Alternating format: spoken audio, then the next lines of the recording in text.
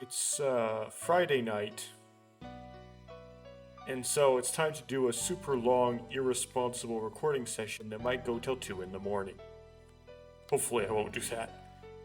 Uh, I just got reminded of a couple things through various conversations and events that I forgot in previous recordings. One is like who wrote To the Lighthouse? It's Virginia Woolf. Um, Again, I don't. I read that book as like an elective for a high school course, but I didn't really read it. I just kind of skimmed it because it seemed like nothing was happening, and so I kept skimming forward until something would actually happen, and nothing happened. So, um, there's that Danganronpa character that barges in, um, on the player character's room. His name's Hajime, but whatever. That's Ibuki. Um, for some reason, I forgot that name, which is a name that's pretty difficult to forget, so that may surprise you. Actually, Spike Chunsoft just announced a couple days ago that they came out with a new game, but it's not. It's just like a spin-off that can't possibly be canon. It's just a expansion of the concept of the Ultimate Talent Development Plan. So as far as me actually buying that, I don't really have any interest. But if, for some reason, Isotaka Kodaka decides he's going to do another collab with Spike Chunsoft, or Spike Chunsoft brings on another writer, and they actually produce a fourth Danganronpa game, then I would suddenly drop everything I was doing with my YouTube. I would buy that. I would drop everything I was doing with my YouTube channel, and then just start recording that. And then just post it as I was recording and just never read any comments on my channel. So all your comments would get I have to come back to them afterward. But it'll be... They're still fiddling with that series, still fiddling with it, but they haven't, no evidence there's going to be another one. Anyway. So I just thought of something else, and we're going to try it, and we're going to keep trying different things, and hopefully, figure something.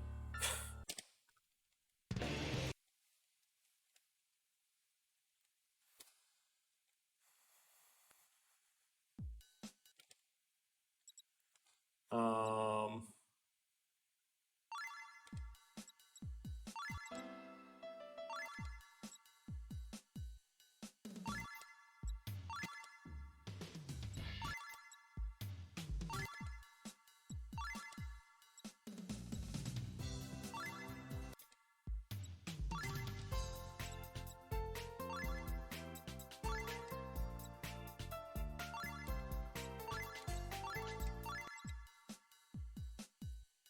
Yeah, with that, that's where I skipped the art asset.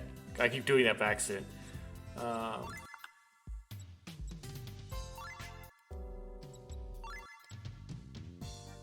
okay. I'm gonna just hit Saki.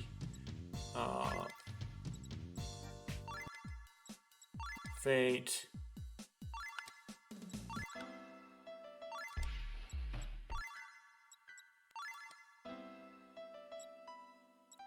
I'm gonna go to the pool.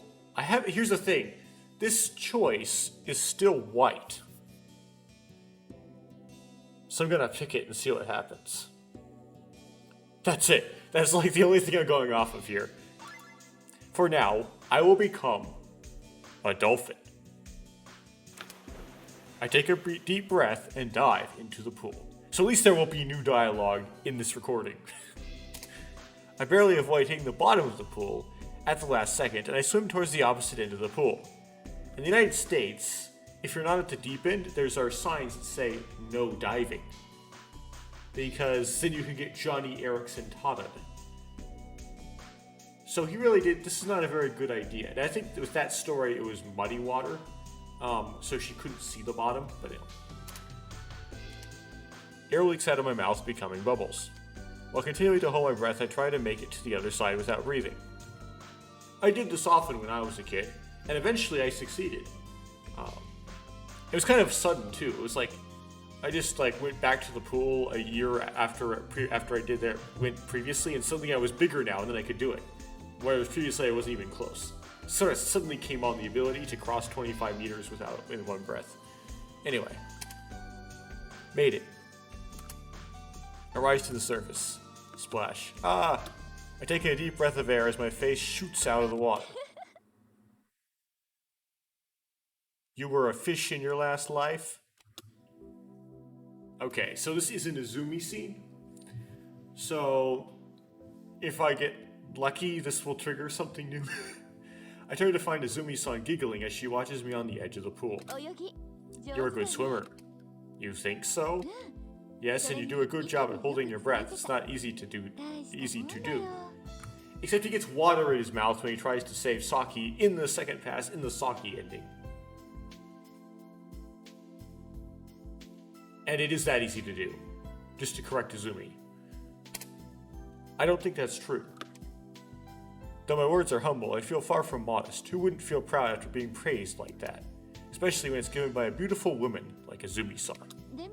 But, even so, I think I'm a better swimmer than you are, Makoto-kun. Huh. I see why you might have to get other endings before this option comes up. Now you can see why there would be precedent for a contest. Want to test that theory? I challenge Izumi-san. She nods in agreement. Do you want to bet? Sure thing.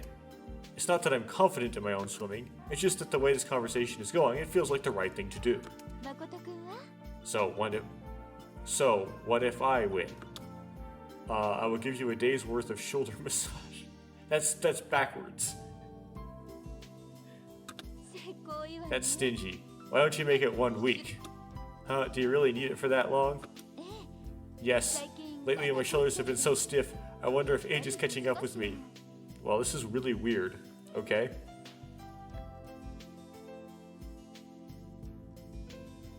That's really weird, actually. No, that's not. Of course, Izumi-san has been managing that restaurant alone. That's why her shoulders are stiff. I'm pretty sure that when Ichikoshi was writing, or one of his staff was writing this, that's not what they weren't meaning that literally.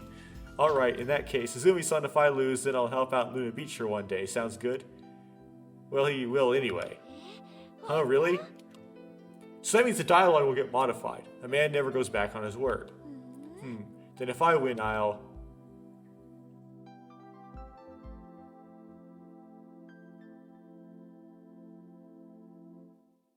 I would not predict forward. I'll let you have a year's supply of free food from Luna Beach. What, really? Yes. Alright, I gotta win.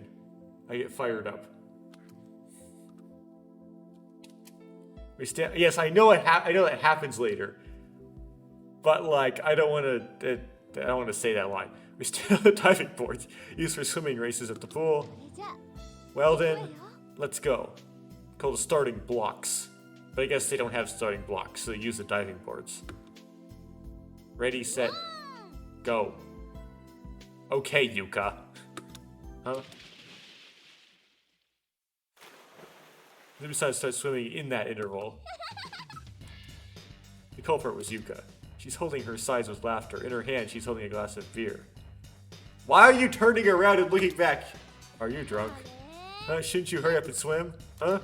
The time I've been floating here, Izumi-san has almost reached the other side of the pool. Ah. You just cost my year's supply. Huh? I frantically start swimming. I desperately swim after Izumi-san. I desperately crawl, paddle, and breaststroke. I don't know what paddle is. I guess I assume dog paddle, but crawl is faster than breaststroke. Nevertheless, if you're trying to get somewhere... I'll say this, I instinctively tend to do breaststroke. It's just kind of how I'm predisposed to work, but crawl is faster. I desperately try every fast swimming technique in the book. Actually, I haven't done swimming in a very long time. I believe that the butterfly stroke has the highest speed ceiling. What I mean by that is if you can actually get good at the butterfly, then what I'm trying to say is, it's possible for a human to get sufficiently good at the butterfly that if the human were to get sufficiently good at all the strokes, or like is like perfect at all the strokes, that their fastest would be the butterfly. But it's difficult to get really good at it, and so usually for like the most people it wouldn't be the fastest, given it's super inefficient. So you wouldn't ever really use it unless you wanted to go the fastest possible in a short distance. I never was good at butterfly stroking, and so it was, whatever. But even so, Izumi-san is faster. By the time I'm halfway there, Izumi-san has already reached the goal. I probably would be fastest just crawling. I reach the finishing point soon after. Well, are you impressed? Yeah, I am. Honestly, admit defeat. Even if Yuka hadn't interfered, I probably still would have lost. Izumi-san is simply unbelievably fast. You're an honest one, Makoto-kun. Then you have to work at Luna Beach as promised, Makoto-kun. Okay. Whatever's fine, whichever is the most convenient day for you. Okay. We get out of the pool and sit down on the edge of the pool. I dip my feet into the water just like Haruko last night. Okay, this art asset happens. So this was in, like, some of the good ending cutscenes. What's up? Now that I think about it, it's been a long time since I've had time in private to enjoy myself. Well, you're not in private, there's a board. I've almost no time to spend with people as young as your group. Are you saying you're a workaholic or something? Well, I wouldn't say it's like that. Well, full-fledged adults have lots of troubles. Full-fledged adults, in 2 years, I guess I'll be right up there with them. But I've got to go job hunting before that. It doesn't feel real. What will go down? What will I do when I get out into society? Nothing happens. I'll just tell you, like, nothing happens. You end up doing this video games on YouTube thing. What's wrong? You suddenly fell silent. No, it's just that I'll be full-fledged adult as well in just 2 years. I just had that moment where I thought, what if I forgot to hit record? So I checked, and I hit record. Doesn't feel real. On the contrary, I don't even know what I'll be doing then. Well, you're a psychology major, which means you'll be in your parents' basement playing video games. No. Well, won't you know at that time? I say that I really mean that as a joke because, like, I've come to learn that you really won't want to do anything that you'll do when you get out of college. Perhaps. Like, major in musical performance or something. You may not be able to get a job in it, but at least you'll like it. It's fine, you'll be a fine adult, Makoto-kun. You think so? I do. Why's that? Huh? Because that's the script. How can you assert that I'll become a splendid adult? Judging from that response, you don't have a lot of self-confidence, do you? Confidence, huh? You're right, I don't have any. In the first place, I don't know if I'll even be able to graduate or not.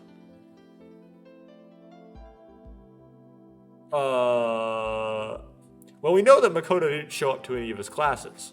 But they just presumed that he would, look at lecture slides posted, look at lecture notes posted, read the book based on assigned readings, which are posted in a calendar by the professor on a website, and just not bothered to go to the lectures because he didn't need to. Now we're going to learn that he failed everything. That's familiar. You don't attend your classes much? Much is an overstatement. Try not at all. Yep, usually you can get through with maybe a B average, it's an A average actually, without going to any of the lectures. I could have done that, but I went to all the lectures because if I didn't, my dad he would never find that out. I don't know. I just went because I wanted to. That's it. Izumi-san just sympathetically smiled as I derided myself.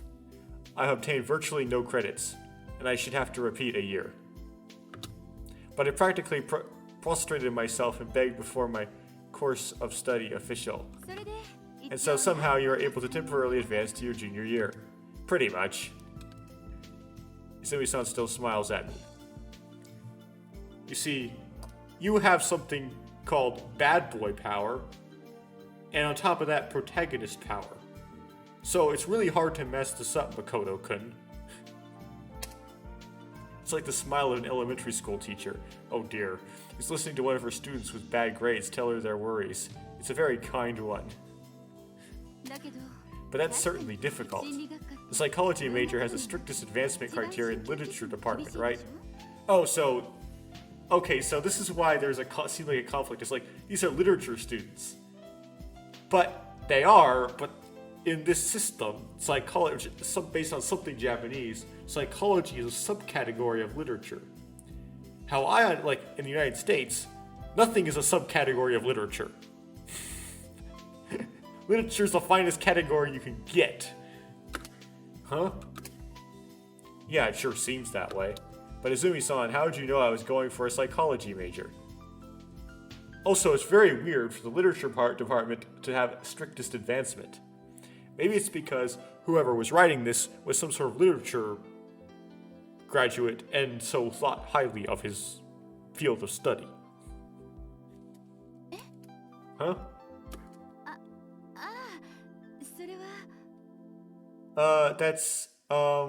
I'm in this time travel loop like Yuka, so I know things before I should know them. And that's why I'm coming on to Makoto so hard too, for no reason.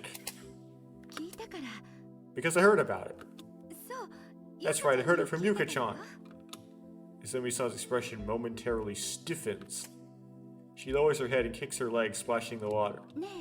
Hey, Makoto-kun. She stops kicking and looks at me. But immediately afterwards, no, it's nothing. She says this and averts her gaze. Huh? Izumi-san falls completely silent. It's like she's deep in thought about something. Should I change the topic?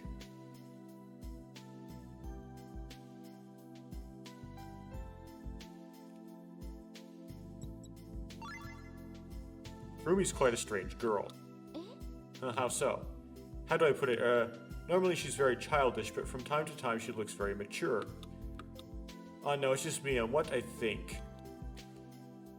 Oh, please don't think too much about it. Makoto-kun, are you interested in Kurumi? What? Bullseye. You're wrong. What are you saying? You're getting embarrassed. Geez, guess I have no choice. At times like these, it's the big sister's duty to pitch in and help. Please stop. Just honestly confess to her. Izumi-san says this with an impish face while poking me with the index finger.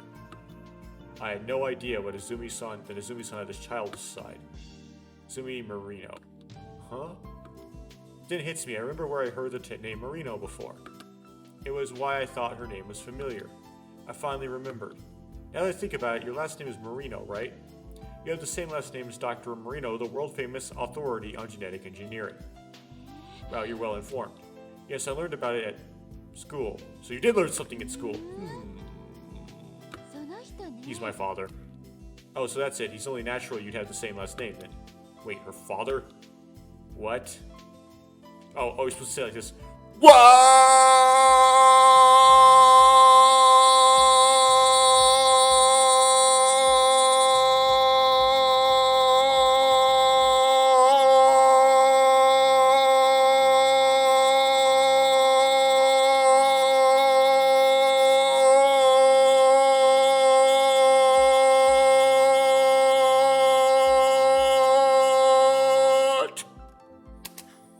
You said my father, so the Dr. Marino is your father. Is that strange? No, it's not that. I'll have to wonder if that got filtered by the noise filter when I look back at this audio. If I ever do that, because I'll probably forget that was in there. It's just surprising. Now, this is quite possibly the most startling thing I've ever heard in my entire life. It seems like he's a very famous person, but at home he's just a normal father, probably. After getting out of the bath, he loiters around in his underwear. I guess it's a small world after all. But Izumi-san said it seems like he's a very famous person. Doesn't she know just how famous he is? Suddenly Izumi-san springs to her feet. Is something wrong? Well, you see, I have to make a phone call. A phone call? You might have forgotten to lock the back door. I have to call Kirby to make sure. And then Kirby's not there, right? If Kirby's there, then shouldn't it be alright? Yes, but I just want to be safe. Well then, I'll see you later, Makoto-kun. Huh, Makoto? After parting with Izumi-san, I'm feeling thirsty, so I go get a drink. And there I meet up with Yuka. She's still holding a glass of beer in her hand. What's wrong? Your face looks scary. Have you already forgotten?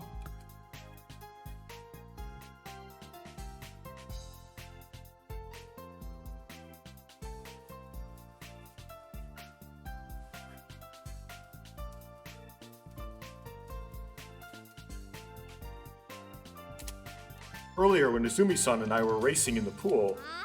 Oh, right, yeah, that. You really get on my nerves sometimes, you know. Hey, that was just a harmless little joke. Because of your harmless little joke, my shoulders are shaking. You'll pay for that. Geez, it's so unmanly for you to mope over trivial things forever. Even though I apologize to you in good faith. What apology? Wait a minute. Then why don't you show me that good faith? Huh? Get me a drink. Sure, alright. What? I didn't think you would agree so quickly. Then she gets you a flat soda. Well, then just wait in that deck chair and I'll get one for you. Okay. This is the life, isn't it?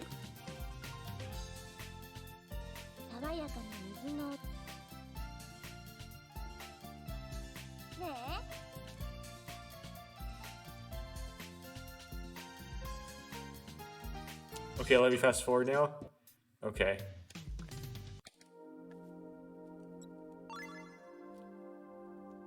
So, new scene. Kurumi's closer to Izumi. I'll hit go just in case, but I probably don't have to bother with that. Okay. I have to do the mandatory Haruka stuff.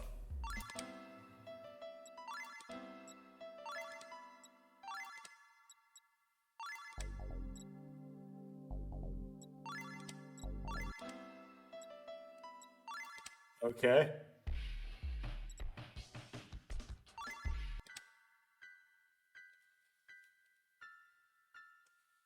Oh, then let's go. Only Kurumi seems to be enthusiastic as she leads the group into the forest. So this is something it's not letting me fast forward through. So that's why I'm not fast forwarding through it. Everyone tails closely behind her as if they're begging her not to leave them behind. Just as I'm about to step into the thicket, hey Makoto-kun. I turn around when someone behind me suddenly calls my name. Izumi-san, is something up? Yes, so we're really going to this test of courage, right? Yeah. In a test of courage, people usually get put into pairs, right? Well, that's how it's usually done. Isn't it? And I think that when we get there, it's likely that we'll be divided into pairs via rock, paper, scissors. Right, those who have the same hand become pairs, isn't that right? Yes, it is. Therefore, I wanted to discuss something with you. So you can get Izumi in this, but it appears that you can have this discussion with Izumi. Okay, Makoto-kun, would you use rock during the rock, paper, scissors? What? I'll also use rock like you. Huh? Wait, are you saying collude with Russia? In other words, if we continue to use rock, and me and Izumi-san will eventually become a pair. Yes, you seem to have realized it. I'm at a loss for words. I don't know what Izumi-san's true intentions are. Does she think she'll be safer if she's with a guy? No. Or could it be that she's taking a proactive motion towards wanting to pair up with me? Well, if you don't want to, that's fine. No, that's not it. Anyway, I'll be going with rock. Makoto-kun, what do you think about it? Departing with those words, Izumi-san jogs after everyone. Okay. I mumble to myself, bewildered. I feel my face grow hot as I try to settle my nerves.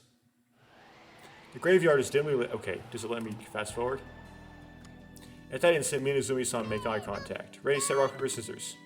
Okay, so I wonder what if these do Haruka or Yuka. They probably do Yuka because Yuka is such a default. But I'm going to pursue the Izumi ending because I haven't gotten it yet. Unless it's counterintuitive and picking the Izumi's option is wrong. Everyone releases their hands simultaneously. I have rock, Haruka has paper, Yuka has paper. So now they're paired. That makes things different. And Okuhiko also has paper. Just as she planned earlier, Izumi-san releases rock. For now, one pair has been decided, Oni-chan and Oni-chan. Presumably you pronounce those different, but... Izumi-san looks toward me and mouths a silent thank you. Well then, it's time for another round of Oken, Yuka-san, and Haruka-san. Why that? Can't we just form a group of 3? Nope. Okay, so Goddess's Embrace again. So this seems like it's probably going to be... Well, it doesn't let me fast forward through it though. However, I'm a little concerned about something. Why did Izumi-san ask me to team up with her? Because she didn't want to be alone? No, that's not it. Izumi-san isn't frightened at all. If she were scared, she would have opposed going to this test of courage from the start. Not to mention that since Izumi-san knows the silent inside out, okay, it's not letting me fast forward, but like, I've seen this dialogue before.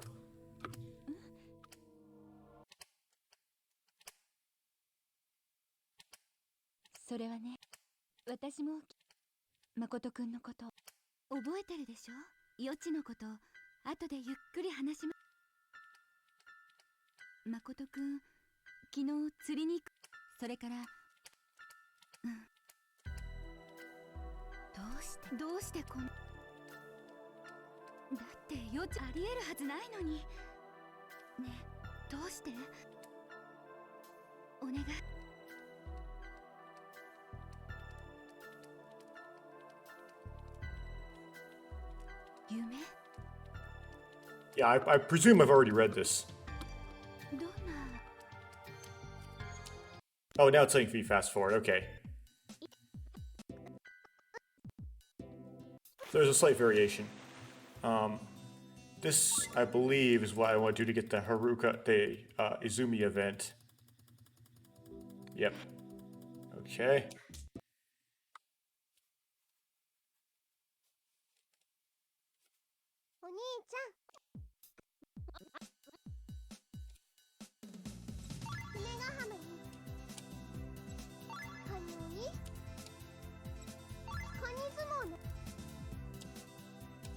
Then you go to Princess Speech with Kurumi.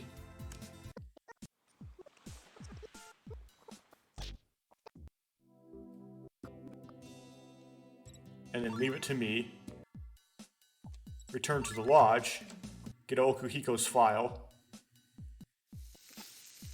Go to the barbecue. Cool.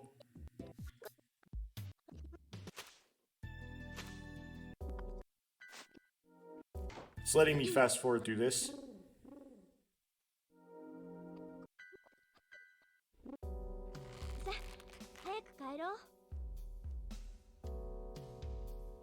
Alright, why don't we hurry back? Everyone's worried about you, Kurumi-chan. So it's not letting me skip this part for some reason. When Izumi silently nods, we begin to walk towards the exit. I walk in an absent-minded manner, as if my soul was somehow drained from my body. Given this is a very Yuka-like, this is a Yuka event.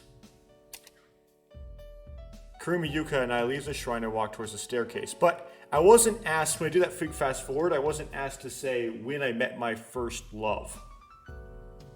So we didn't go to Cherry Blossoms. That's interesting. Kurumi and Yuka and I leave the shrine and walk towards the staircase. So it did not suck me in there. That's a good sign. Before I step on the first stair, Yuka quickly looks around. I also follow her gaze, finding the point she's looking at. It's the shrine. Okay, does it let me skip now? Yeah, it does. However, it's really late, so we need to head back. Okay, so we return Kurumi. Now we get this new dialogue. Okay. Hey Makoto-kun, wait a second. Just before I try to leave the shop, Izumi-san suddenly calls out to me, so I stop. Oh, what is it? Right, could you come over here?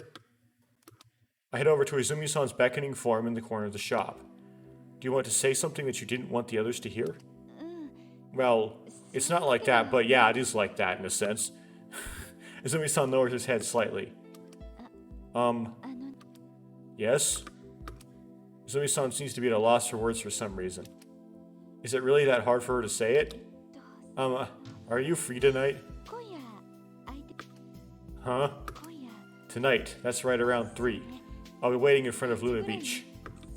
Makoto-kun, I want you to come here at that time. Huh? Tonight at 3. She means 3 in the middle of the night? Why at that time? Well, whatever. I don't really have a reason to refuse. Yeah, okay, 3, right? Yes. Izumi-san nods, seeming a bit flustered.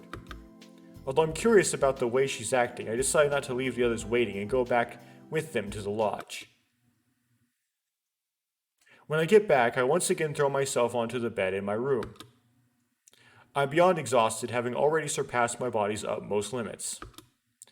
To ensure I keep my promise with Izumi-san, I set my watch alarm to 2:20 a.m.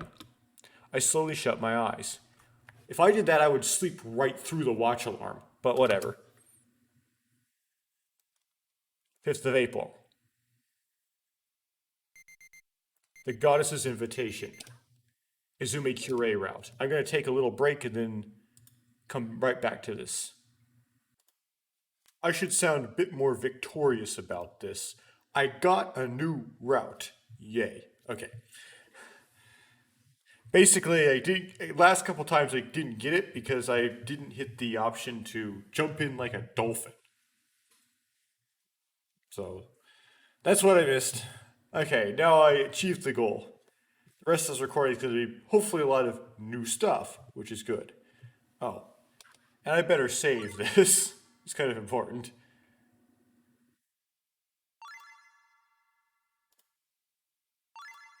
There we go. Now it's saved somewhere, so I don't lose it.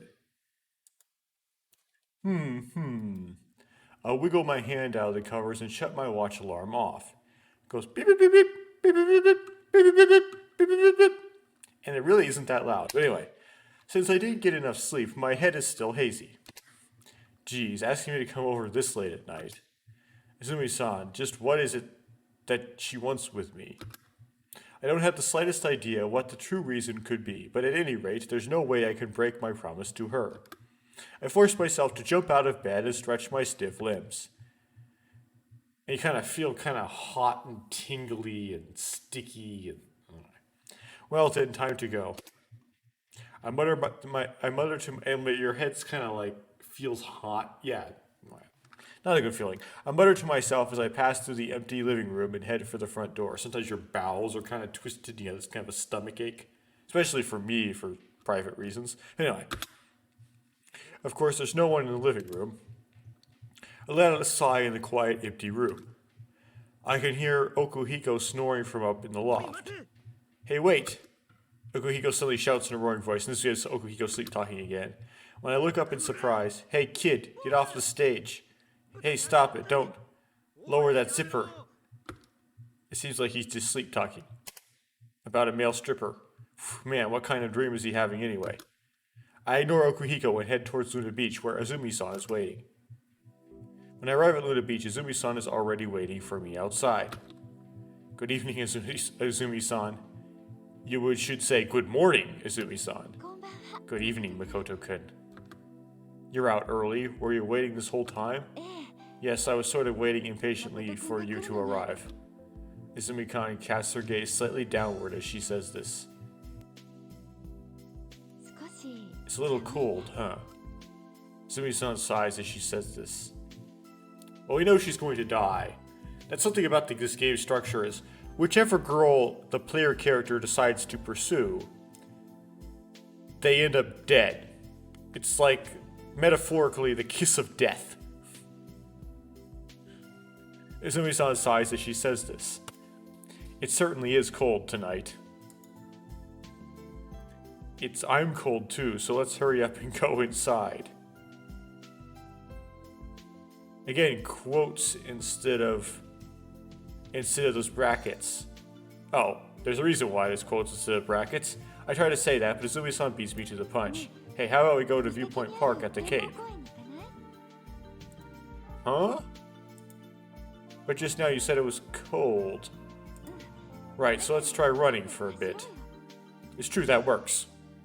However, I once was told that in high school at marching band practice, running makes wind, which cools you down. Of course, that was a joke. No one actually would believe that. It was just funny. One of those marching band culture things. Like, if you physically exert, that increases the amount of glucose that you have to put through cellular respiration. Basically increases the amount of glucose that you have to metabolize, and that's only so efficient. And so because the more energy you make to put into work, then guaranteed the more energy is dissipated as waste heat, and so it heats you up. And this is something that sometimes I go hiking at times like 2 in the morning because I want to do a very long day hike, or maybe the start of a backpacking trip. And even at like elevations like 8,000 feet, you'll feel kind of cold or very cold, but then you actually start moving, and especially if your pack is heavy and it's a lot of exertion, you'll get really hot really quick, and you'll feel like you will sweat under your jacket even though it's in the 40s outside. At least I do.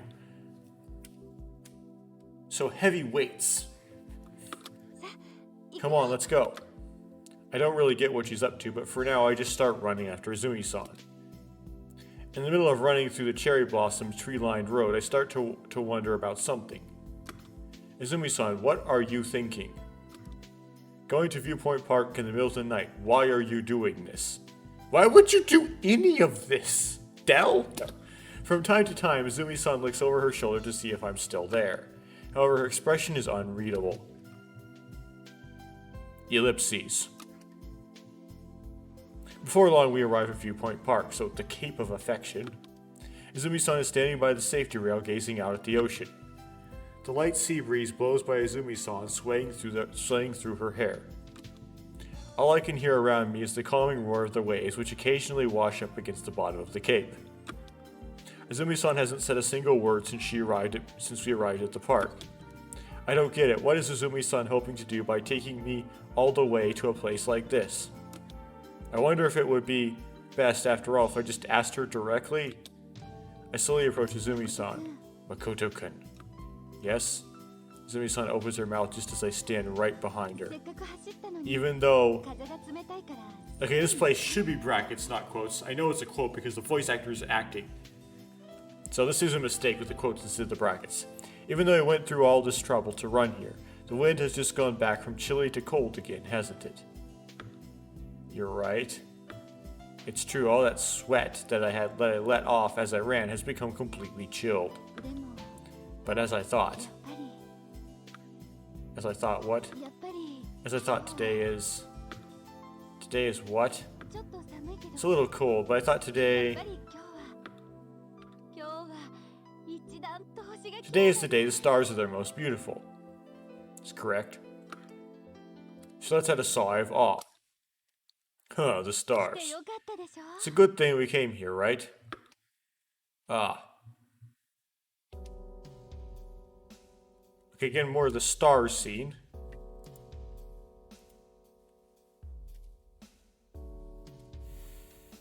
Makoto realizes he really should have studied Einstein's general relativity, which is how the best way we know right now to study the stars, as opposed to psychology, which is way less interesting. Now, canopy of stars hangs above me. Stars sparkle like shining gems on jet black velvet. No, not just gems, diamonds of the highest carat possible. I've never seen anything so radiant in my entire life. Could you make that in a lab? The starry sky is truly captivating. And make semiconductor devices that work in a jet engine? No, it feels like it's pulling my soul up towards the heavens, like it's drawing me up to the sky. That's how amazing it is. Thank you for today. For Kurumi. Right. Sumi-san slowly turns around. If the others hadn't been here, I might not have found her by now. Okay. Another new art asset. No way, you're over-exaggerating. I feel a bit embarrassed to receive such praise. Even if we didn't look, don't you think she would have come back safe anyway? Kurumi is surprisingly level-headed after all. She just wanted to praise you about something. Izumi-san hangs her head downwards. What's wrong? Did I say something I shouldn't have? Makoto-kun? Yes? Kurumi has quite the vagrant habits. Occasionally she'll suddenly go out, only to come back a little while later. That's why I was worried this time. But she'd still come back on her own, right? I mean, she's done so up until now, hasn't she? Well, she could be worried that she would skip forward in time, but then does Izumi truly believe that Kurumi skipped forward in time? In the Makoto and Kurumi ending, it seemed like she didn't know nothing about it. Up until now, yes, but you know? No, it's nothing, don't worry about it. I can't bring myself to ask her what she means. I feel that if I did, I'd be denying her smile. Hey, Makoto-kun. Izumi-san asked me this in a barely audible whisper. She stares at me, her eyes glimmering from the starlight. Do you know why I brought you here?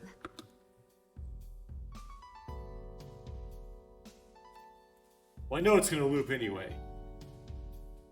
So I'm gonna choose the interesting answer. I do. Yes, I answer her. Because you wanted to show me the stars, right? You knew that Viewpoint Park had the best view of the stars, so you wanted to show it to me as well. You're half right and half wrong. Izumi-san says this as a smile rises to her face. Despite her smile, she seems troubled. Then what's the other half? Do you want to know? Well, what did you expect the answer to be? Really? Izumi-san coyly looks up at me. Yes. I mean, if I don't know, I wouldn't know why I wouldn't want to know. Then I'll tell you. There's something I have to tell you. I'm going to die. Huh? I have terminal cancer. But I want you to know something in advance, no matter what. For all this time, ever since we first met, time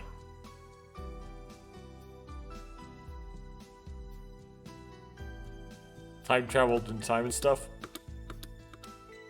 She's searching for the right words. She remains still and hushed as she mulls over them. I just silently wait. For some reason, my chest feels hot. For example, it's like this. It's like the starry sky we can see from here. The light shining from them now isn't the light they're emitting at this very instant, correct? Izumi-san casts her attention to the vast ocean of stars above us. This is a very complicated matter, which I have not studied well enough to really understand. Yeah, like, of course, it's a complicated matter if you consider God. If to those that don't, they don't really consider this of any issue whatsoever.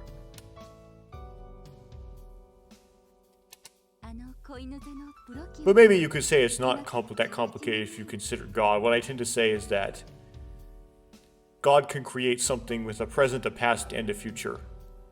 He can stick a world line into space-time. He doesn't have to have it start at a point and continue from there. And that point does not necessarily have to be constrained by the when chronologically he creates it. But that it does obscure the concept of when a little bit. For example, the light from Procyon, a part of Canis Minor, came from 11 years ago. And there's some that came millions of years ago. And the light from Regulus, a part of Leo, came from 84 years ago. Which means, perhaps the light might disappear at this very moment. Which is true, that no one knows whether or not that star exists right now at this very instant. Nobody can declare that everything they see is the truth. Well, it still obeys the laws of physics. I want to say it's a lie, it's just out of date. Aren't people's minds also the same way? Their minds? Sumi-san nods in response as she looks towards me. Nobody knows if what I'm thinking is the truth or not. That's correct, because we don't know what you're thinking. The only person who knows what you're thinking is you. And you don't know if what you're thinking is true. Yes, that's very true. I'm just noticing the art style where they draw the hair first, and they put the eyelashes over top the hair. I know they do it intentionally. It's not a mistake because they're trying to like make the eyes pop. But in this particular like piece of artwork, it's kind of jarring because the hair is because it's so like because of the way it is. Anyway, no one knows if what I'm feeling is correct or not. Yes, even I myself don't know. But you know what? I think that's all right. Right now, Regulus is still continuing to shine as always. I think it's happier, if you believe that. It's just a ball of gas that's compressing itself by its own mass and gravity and is causing nuclear fusion to happen, which creates heat and electromagnetic radiation. They're just like, it's just a ball, it's just... Why would you be emotionally and invested in its existence and its behavior? I know it sounds really cynical, but like honestly I think that way about the stars. Like I don't think of them as... I think of it's like, it's just a... Are you sad whenever a bubble pops? That's what being sad when a star collapses on itself would be like. The truth is, what's more important than whether it's true or not is whether you can believe it or not, isn't it? That's how I feel. The sea breeze rustles by us. In the darkness, we hear the sound of the waves breaking against the bottom of the cape far below us. Azumi-san's lips tremble slightly. I see her eyes waver, the stars reflecting off them. So Makoto-kun, please don't say anything. I just wanted to tell you this. I just wanted you to know in advance. Her eyes are locked with mine. Makoto-kun, Azumi-san takes a few slow breaths. This could be something simple like she just says, I love you. And then, Makoto-kun, I love you. Okay. My heart thumps loudly. And language barriers can affect things here. Like, if I said, I love you in English, it doesn't really mean a whole lot. But if you were, like, to go to Greek and say, I erase, that would be saying something. My throat has become parched and my body gets hot. I do everything I can to conceal my trembling. I have to say something, that's my first thought. But she said not to say something. Izumi-san, Hey, I said don't say anything, didn't I? Izumi-san placed her index finger over my open mouth. Even now, Regulus is continuing to shine. That alone is enough for me. Silently stand stock still. Well, thanks for goofing that up, player character. Izumi-san takes her finger off my lips, but I still can't say a word. Is this what it feels like to be loved by another person? No, that's not it.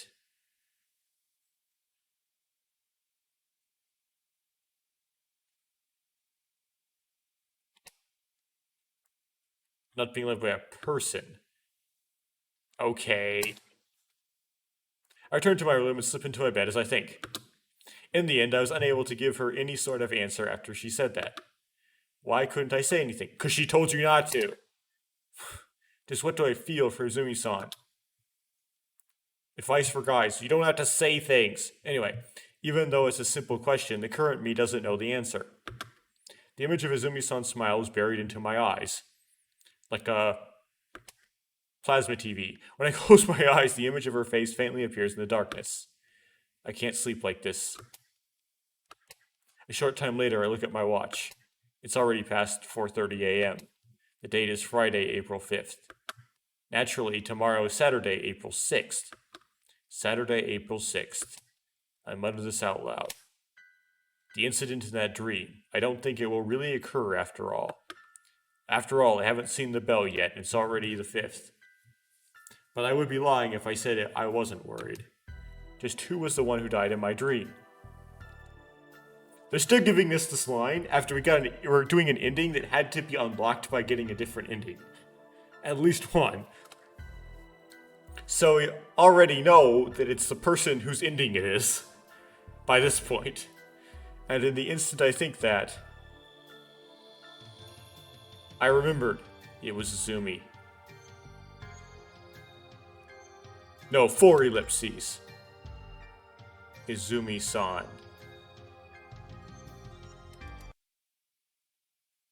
Wow, I was right. I was overcome with shock. Right now, I can't comprehend what I just saw. The image that appeared before my eyes, Izumi-san, lying face down, in the mud. A premonition. It's impossible. Then the one who showed up in my dream was Izumi-san? Are you kidding me? This can't be real. I grasp my head in my hands and violently shake it. I shake it countless times. I can't believe it.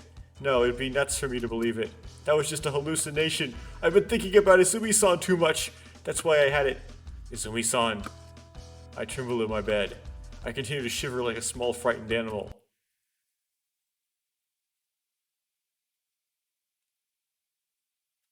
In the end, I couldn't get any sleep after that. Staying in my room became unbearable, so I head over to Luna Beach to wait for it to open. At any rate, I want to see Izumi-san smile as soon as possible. I stand in front of the shop and bolt open the door. Oh, Makoto-kun. Izumi-san is here as expected. Smile rises on her face as we are, never mind. But, it's not her usual kind smile. It's an unnatural, forced smile. Are you here so early? No, I hesitate. Should I just tell her the truth? After all, I told Izumi-san about my dream during the test of courage. To say Izumi-san was the one in my dream, or Izumi-san, you might die tomorrow. There's no way I can say that. Huh? Izumi-san stares at me with an uneasy expression. I hang my head down to avoid her glance. Well, you've come all this way, so have a seat. As you can see, there's no customers here. Or rather than as you can see, maybe it would be better for me to say as usual.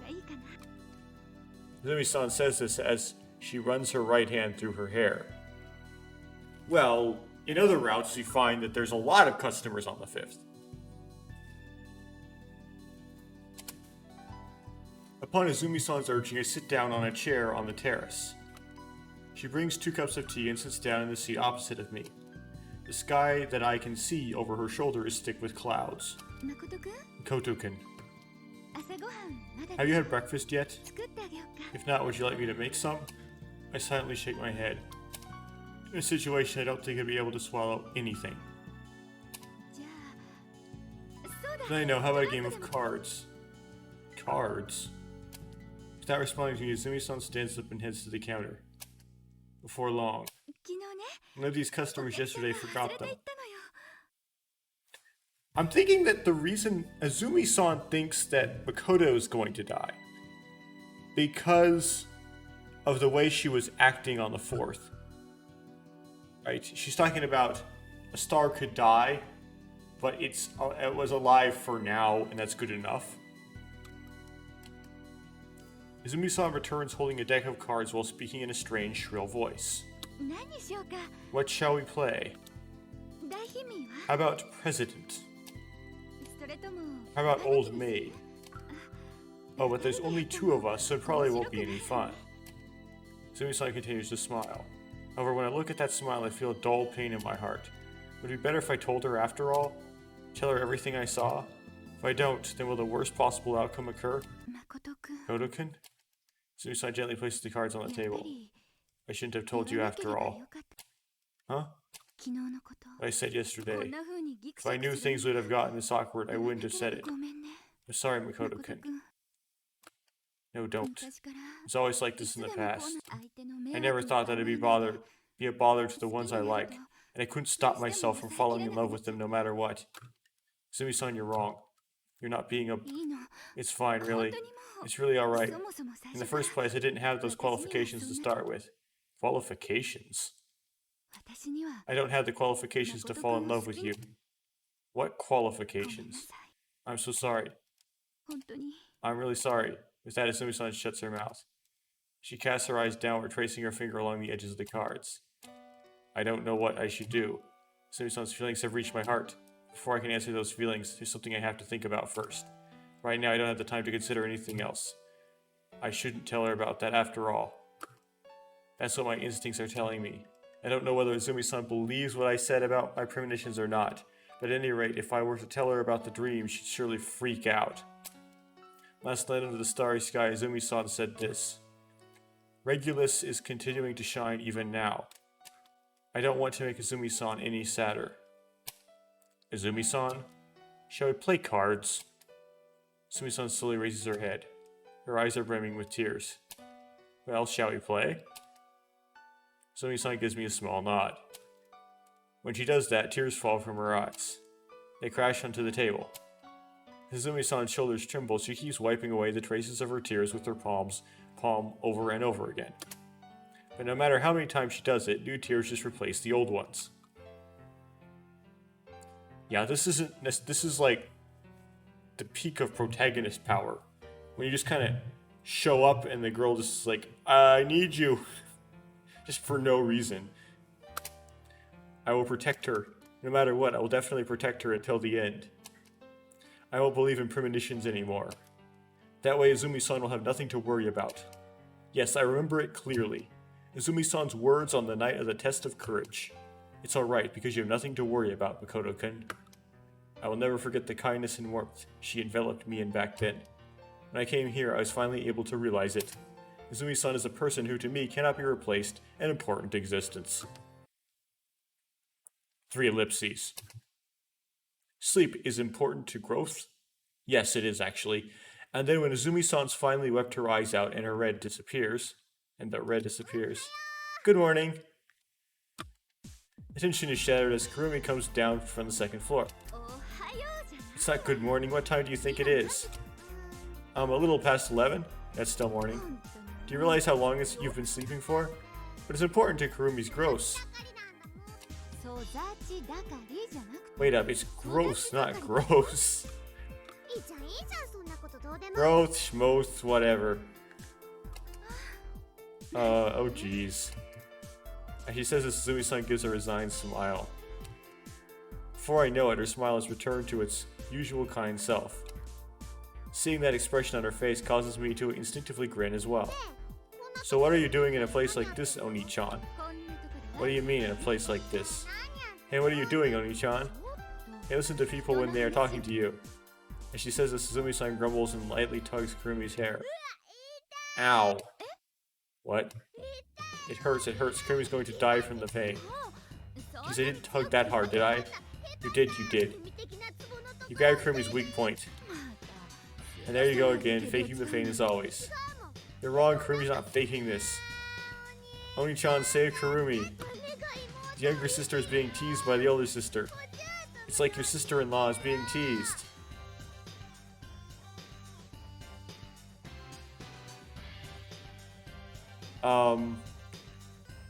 Usually you back up your wife.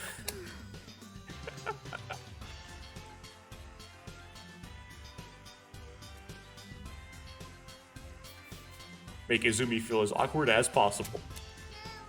Hey, Oni-chan, can you say the whole pain, fly away thing, please? Do it. Well, I guess it can't be helped.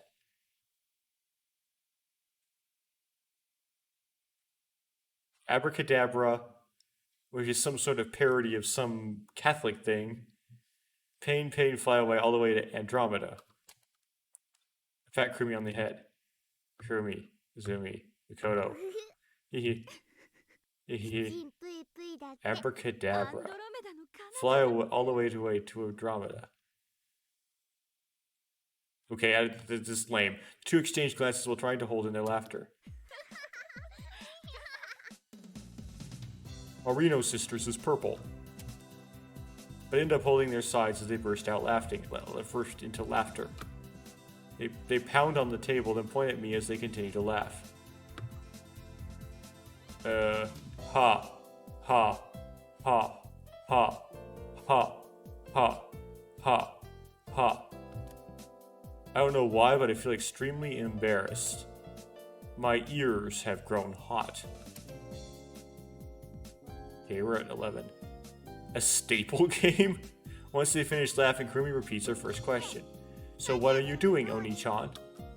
No, we're not doing anything. We were only thinking about where to start. Start what? Playing cards. Cards, then Kurumi will join in. Alright, then that makes 3 of us. Yes.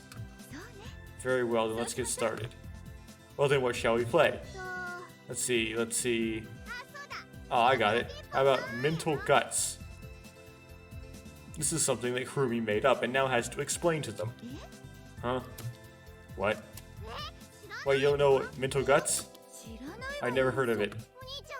What about you, Oni-chan? Nope, never heard of it. You're kidding, right? Then how about we try a staple game? A staple game? Wait, do you mean... Right, it's super memory. Huh? Come again? Oh, shall we play it? What's wrong? Kurumi exchange glances. Oh, you bad at super memory? No, whether we're good or bad at it isn't the problem. Kurumi's never heard of it before, she's never played it, so she doesn't know it. What, are you kidding me? Sorry, Izumi-san, truth is I never heard of it either. Are you serious? I nod to the wide-eyed Izumi-san. That's strange, I thought you definitely know it. Well, that's fine. The rules are simple, so I'll just explain them. Izumi-san says this, takes the cards, and begins shuffling them with skillful handling. Alright, first you have to shuffle the cards really good. Then you spread the cards on the table like this. Izumi-san spreads the cards out randomly like you do when you're playing concentration. Then we do rock, paper, scissors, and you turn over cards starting with the loser. Like this, you turn over one card and then once more. And if the cards are the same number, then the person that turned them over gets them. So it's easy, huh?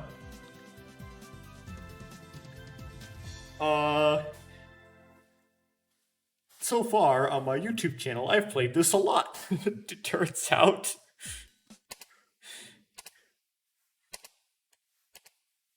That's concentration.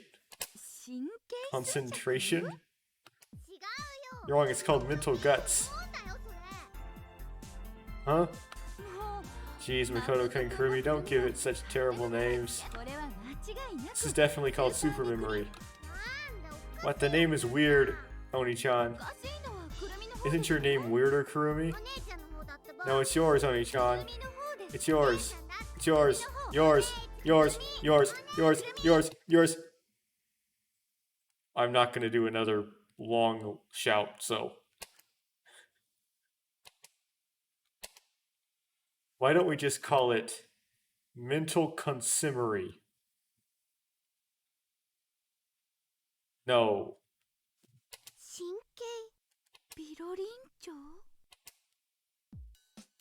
And so Izumi-san, Kurumi, and I begin to play Mental Consumery.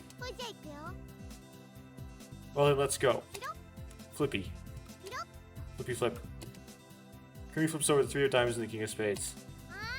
So close. If you're the first person to flip... What? How is that remotely close? Well then, I'm next. Mimi Memory. It's a doubtful voice. She flips over the cards. The ace of hearts and the king of hearts. Oh, looks like I got lucky. I failed. While giving a sidelong glance at the disappointed Izumi-san, I take the king of hearts she flipped out, as well as the king of spades that Kurumi had flipped. Well then, reach out for the next card. Flip. This time it's the ace of spades. I got lucky again. I then flip over the ace of hearts that Izumi-san had flipped over in her first turn. That makes 2 pair for me. Not bad, Makoto-kun. Oh, so you only have to match the rank. You don't have to match the suit. Which would make sense, because there's only one of each card. I guess you'd have to have 2 decks if you wanted to match. I would do this with 2 decks. To the embarrassed smile, I reach for the next card. Flip. It's a 10 of clubs. I don't think anyone flicked over a 10 earlier, so... Flip. Amazing, Oni-chan. Luckily, the card I flipped over was the 10 of spades. Woohoo! I pump my fist and reach for another card. Flip. 6 of hearts. 6 of diamonds. He's gonna just remember what all the cards were from the previous go around in time. Well, are you serious? 2 of diamonds. 2 of hearts. Again? Protagonist power even more so now. 4 of clubs. 4 of hearts. Ha ha ha. King of diamonds. King of clubs. What? 9 of spades. 9 of hearts. I wonder how this ends. I guess he just gets, like, wrong eventually. Jack of spades. Jack of diamonds.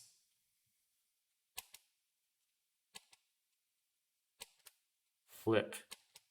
In this silence, the only sound is me flipping the plastic cards. The card is the 7 of hearts.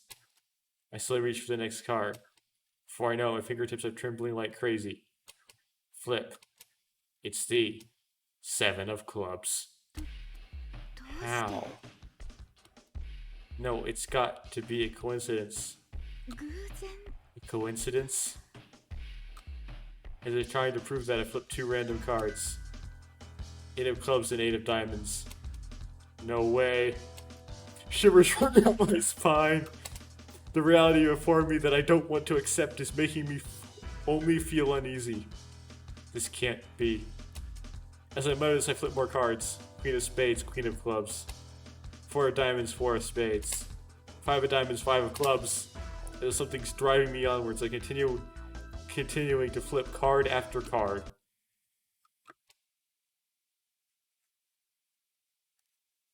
It has to be a coincidence. Okay, calculate this probability, please.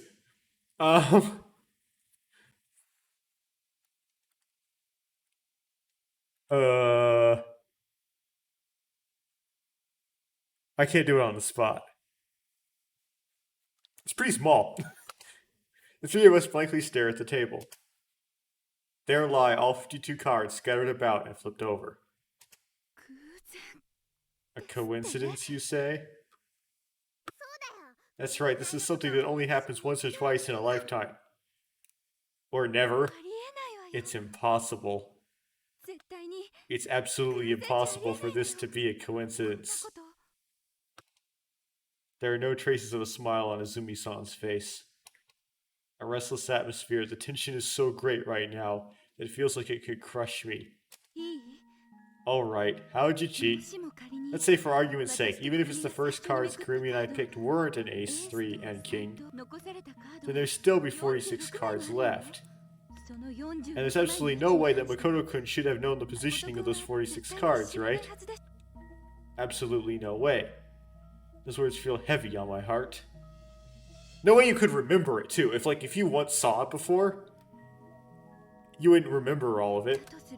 If that's the case, then the probability of something like this happening just now occurring would be approximately 2.327165 times 10 to the minus 24. Negative 24th power? In short, if I were to put it in clearer terms, for example, even if 100 million people were to play this game 10,000 times in one day, the odds of that happening just now occurring would be once in 1,370 million or 1,370 million years. That's what it means. And so life began. No, even so, you call this a coincidence? I'm unable to give any sort of retort. I got caught cheating. What did I do just now? What does this reality that appeared before my eyes mean? It means that someone wrote this game, is what it means. Until unable to process this, my brain falls into massive confusion. Well, yeah, it is a coincidence. What? Kurumi doesn't think this is something you should be thinking so deeply about. Because what actually happened is what happened, right? It's Scotting me. You guys don't know who Scott is. That's all that needs to be said. Kurumi, weren't you just listening to what I said? Yep, Kirby heard the whole thing. But one of those possibilities has to happen, right? So why not it be this one? Yep. Then... But you know what? You said it yourself, didn't you? You said that this would happen once in every 1,370,000,000 years. Which means that just now it might have been that once.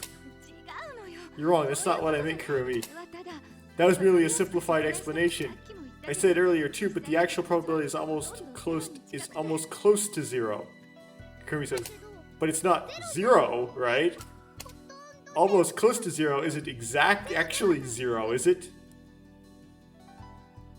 You could argue that life is exactly zero, but that's certainly true, but if that's true, then even if something like that happened just now, what happened just now occurs, it wouldn't be strange. It's just nothing but a really, really unexpected coincidence. Quantum teleportation happened. Huh? That face, it seems like this still isn't reasonable enough for you. Of course it's not. If you think about it sensibly, it's only natural to be doubtful. Doubtful about what? Then when she says that, she cuts herself short. Her eyes wander around restlessly. Well, this isn't really important. Anyway, as Kurumi said earlier, that's what's already happened has happened, so it can't be helped. How you solve this, Izumi, is you just break the fourth wall. That's all you gotta do. Besides, the probability you mentioned really only mattered before the game started. If you were to ask what is the probability of something like that happened just now occurring before the game started, then obviously the answer would be 2.32, what was it again? 2.327165 E minus 424. So it might become that probability, but it's actually not like that, huh? The question is, what is the probability that what happened just now actually happened? We did it once, and that happened once as a result, so that means it happened 100% of the time, right? Geez, you don't get it. In short, what Kurumi wants to say is, this is the same thing as Schrodinger's cat. No, it's not! As I believe it, Schrodinger's cat was Schrodinger's way of mocking early formulations of quantum mechanics. So that's absurd because this analogy. And he really didn't understand that a cat is the interaction of many particles, and therefore you can't make it analogous to one particle. But anyway, Kirby isn't that well informed about it, but it was in that manga, Vane Island. Kirby just read a little bit of it. Okay, is Vane Island a real thing? Vane Island manga.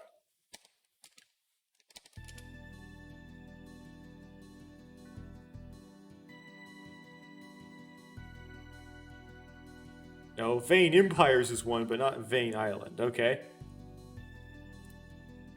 Maybe he's trying to reference it. Vane Island? But of course you know about it already, right, Oni-chan? Of course I know it. It's something like, there's a cat put inside a box, and until the lid on that box is opened, it's unknown whether the cat is dead or alive. That's a little different from the whole thing, but well, that's how it is if you put it simply. Which means that's right. For example, if we assume that the probability of a poison gas generator inside the box is functioning is 50%, then before you open the lid, there's a 50% chance that the kitty in the box is dead and 50% chance the kitty in the box is alive. But when you open the lid, it's certain that inside is either a 100% alive kitty or 100% dead kitty. It's absolutely impossible for the kitty to be in the other state. Okay, so she just simplifies it. What it's really trying to get at is particle propagates forward like a wave function.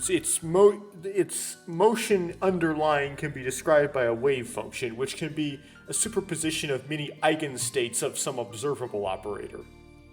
Once you interact that particle with some sort of multi-particle system, we call it the macroscopic system, then that macroscopic system will read out a value for that observable, if it has the capability of doing that. Then if you make a measurement of that observable the second time, we call this interaction with the macroscopic system a measurement, you'll get the exact same answer again. It'll stay in that state. That is, if the state is an eigenstate also of the system. Well, So energy is special because the energy eigenstates can be stationary. If you have a well and the particles trapped inside, meaning that once you get into an energy state, if you were to measure, it doesn't mix into other energy states. So if you were to measure it again, you get the same state again. Until you measure some other observable, which then will collapse it some other way. Which tends to confuse people. It doesn't really confuse me. I just say, okay, the macroscopic system is really complicated. There's a lot of interactions. If we somehow model all of these interactions, both with the particle we're observing and the system observing it, that creates the macroscopic result all at once. We solve this, knowing all the past wave functions, we might get an answer. Of course, it's not a hidden factor hidden in the state of the microscopic particle. It's already been proved not possible, right? So that thing really has kind of this ability to go both ways. But the system has to be self-consistent somehow, and so it has to come up with something. But whatever. But because the wave function can be superposition of multiple states in an observable, it can have an undefined observable until you measure that observable and it collapses into it. So, yep. That might could be explained together by something that wasn't made up on the fly because he didn't know he would have to talk about Schrodinger's cat while recording. With something like momentum, it's a bit different because Schrodinger's equation isn't set up such that you have momentum on both sides. And so you can find momentum eigenstates, but they aren't necessarily solutions given your potential. And so that's not really a solution, so it ends up like propagating and mixing whatever. It's like a position eigenstate's the best example, right? A position eigenstate's a delta function. Delta function will propagate out. So once you measure the position, you're not going to get the same position. Measure the position a second time, you're not going to get the same position twice, necessarily. But because energy states are stationary, as long as you have a energy well that's not changing with time, you'll get a repeat. Well then, if you two are to explain about the 50% means, it has the value of the prediction, right? So what Kurumi thinks is, isn't it true that one shouldn't actually consider prediction and reality in the same way? In the end, probability is something that only applies before something happens, right? After it's happened, all that remains is one reality, correct? Even if that probability is really, really low. When the lid was open, the kitty was alive. When we played the game, Oni-chan was able to get all the cards right. That's the only reality, isn't it? I guess this works because the cards aren't irreducibly complex. So many weeds to get into. Kurumi couldn't put that into good words, but in short, it's like that. Do you get it? Izumi-san doesn't answer Kurumi's question and seems to be thinking about something. I can't even guess what it could be. What Kurumi just said, to be honest, I don't really get it. I get it. In the first place, what is Schrodinger's cat? A misunderstanding of quantum mechanics made by the mathematician Erwin Schrödinger, who would actually write down Schrodinger's equation, which would be very useful for teaching about quantum mechanics. But thinking about it does me no good, and so time slowly passes by.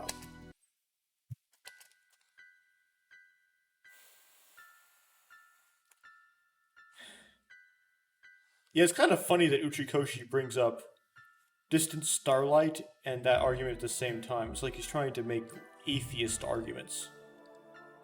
Which...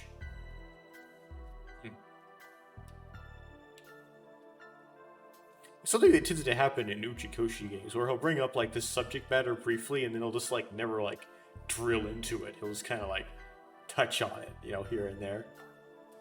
Afternoon, Luna Beach suddenly became busy. Customers just keep pouring in and out. Izumi-san returned to work still unsatisfied. But I mean, we know for absolute certainty that that was not a coincidence and that was not probability because Uchikoshi wrote the game. We know beforehand that Uchikoshi wrote this game because we have the meta knowledge. That's your point's moot. Izumi-san returned to work still unsatisfied. Naturally, Kurumi helped out. I was left all alone as I reluctantly left Muno Beach. But even though I left the shop, I had no clue where to go.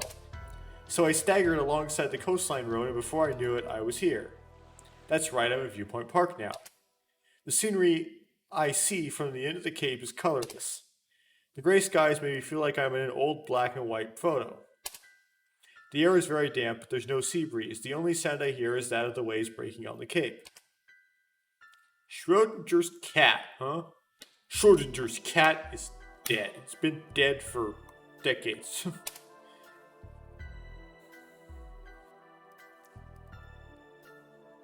Did not Stephen Hawking say, whenever I hear Schrodinger's cat, I reach for my gun?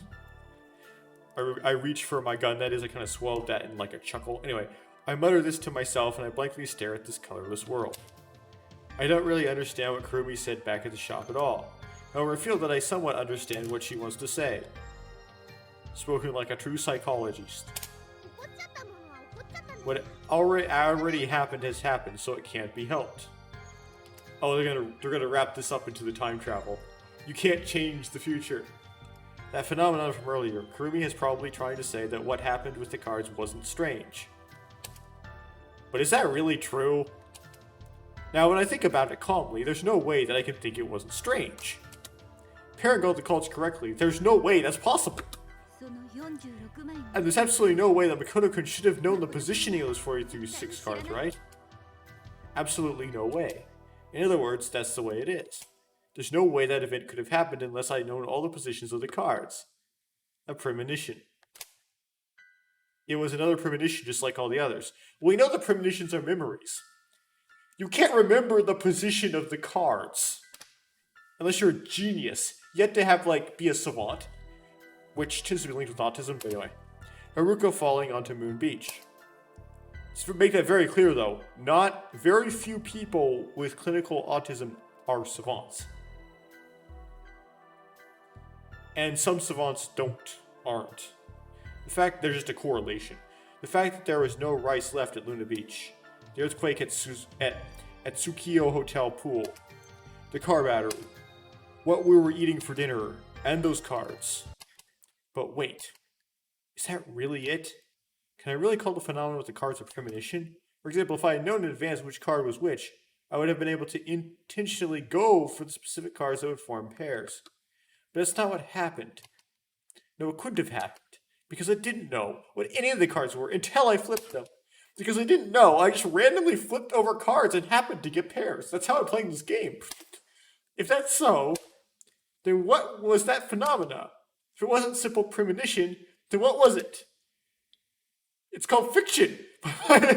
My mind begins to fall into confusion once again. I can't see anything. I can't hear anything. The only thing I can feel is this unfamiliar fear wiggling in my heart. Why? Why did this happen? Everything started with that dream. That hopeless dream from the morning of the 1st. If I hadn't had that dream, then none of this would be happening. Nope, it's because this is happening that you had that dream, Izumi-san. Is there no way to avert the events of my dream? Despite my foreknowledge, is the future something that cannot be changed? Then Izumi-san will... Tomorrow, Izumi-san will... die! Makoto-kun. Last night, Izumi-san said that. Here at this place. She said on the spot I'm standing right now. Why? Why does Izumi-san have to die? Clang. I kicked the iron fence with all my might. Clang, clang, clang, clang. I kicked it countless times to the point where I want to destroy it. My sleeping anger is overflowing. I kick it, but the fence won't give an inch. Nothing is breaking. That only serves to make me more irritated than before. Clang, clang, clang, clang, clang, clang, clang, clang. The dull sound of my kicks against the iron echoes through under the gray skies. Triple ellipses. The very instant is precious. Night is drawing near. The darkness gradually creeps up on me without warning. Right now I'm sitting against the wall of the lighthouse. I feel the cold sensation of the lighthouse against my back. A hot throbbing pain runs through the soles of my feet. Still I don't feel like moving. What should I do from now on? Just what is going to happen? Even now, my mind is lost in confusion. What are you doing in a place like this? I lift my face and see Haruka standing before me. Did something happen? Why do you think that? Because your face is pale. Really? Yes. Well, a lot of things happened. A lot of things? Yeah. Haruka knits her eyebrows together at my answer. Makoto? Wouldn't it be best if you didn't think too much about it? Huh? No matter how much you think, you can only deal with everything when you're at that point. If it's already happened, then nobody can change it. If it's something that will happen in the future, then no one will know what it is, right? I was unable to hide my unrest. I was now even more freaked out that Haruka was able to read my mind. It's like she can read my mind without trouble. People tend to regret events that happened in the past, thinking they should have done this instead of that. But don't you think it's meaningless to worry about that? The future is the same. It's really trifling and insignificant to be happy when you feel something good is going to happen, or to get scared when you feel like something bad is going to happen. I think that doing that is useless. Isn't it best if you just focus on the present, on the reality you're living in right now at this very instant? After all, the past is behind us and the future is uncertain, right? That's from something. That's all. After saying this, Haruka closes her mouth, but she doesn't need to say any more for me to understand. Thank you, Haruka. I stand up. In the darkness, a single strand of light begins to shine. I don't know why Haruka said all that. Perhaps she thought I must have been worrying about something insignificant when she saw my concerned expression. Actually, it's because the author just had something they wanted to say, and they had to use a character as their messenger. But to me, these words have become salvation. What must I do now? Thanks to Haruka, I've finally been able to find the answer to that. Thank you. Thank her once more. Haruka seems to be a little embarrassed as she averts her gaze to the side. I can see the iron fence over Haruka's shoulder. Several thin iron parts have been bent terribly, while others on the seaward side have fallen into the ocean. Huh? So he managed to actually destroy the fence? I look on that side at the wide ocean. Sound of the blowing sea breeze reaches my ears. Huh? I split up from Haruka at Viewpoint Park and head to Luna Beach. What is it that I have to do now? When I think about it, it's simple. I have to be by Azumi-san's side. It has nothing to do with the premonition I had or anything like that. The past and the future don't matter. I just want to be by Azumi-san's side. What about the awkwardness, though? Right now, at this very instant, I want nothing more than to spend time together with Azumi-san. Azumi-san? I open the door and call out to her in my usual voice. The visual suggests she's not there. But Azumi-san. Huh? Oh. Makoto-kun? Still has that same depressed expression she had at noon. The expression of one thinking deeply. She's still thinking about the card game? Azumi-san? Huh? Can you help me? Can I help you out? How about, I'll do whatever you ask, like washing the plates or cleaning up. But that's all been done. Today I closed the shop earlier than usual. I see, so you're all done? Oh, but there's one thing I'd like your help with. Oh, what is it? Yes? You know what? Art asset? Okay. The surrounding area has been completely enveloped in darkness. Since the sun hasn't been out once yet today, it's a little chilly when I sit down on the terrace. A now empty plate is on the table in front of me, only a few stains from food left behind on it. Right, the thing Izumi-san said was she wanted help with was eating her cookie. After the shop closed, Kurumi left saying she was going over to visit the lodge without eating the food Izumi-san made for her, so Izumi-san ended up with too much. Kurumi and Yuka-san are having fun talking, actually. So Kurumi will stay over here tonight, okay? Kurumi said that over the phone. Okay, that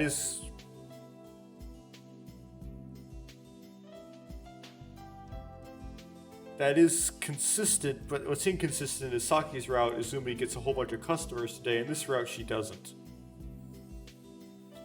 I guess the author didn't care about consistency that much. Well, in this case, it's left me quite happy. Because it means that I get to eat the bulla base, however you pronounce that, style fish stew Izumi-san cooked it.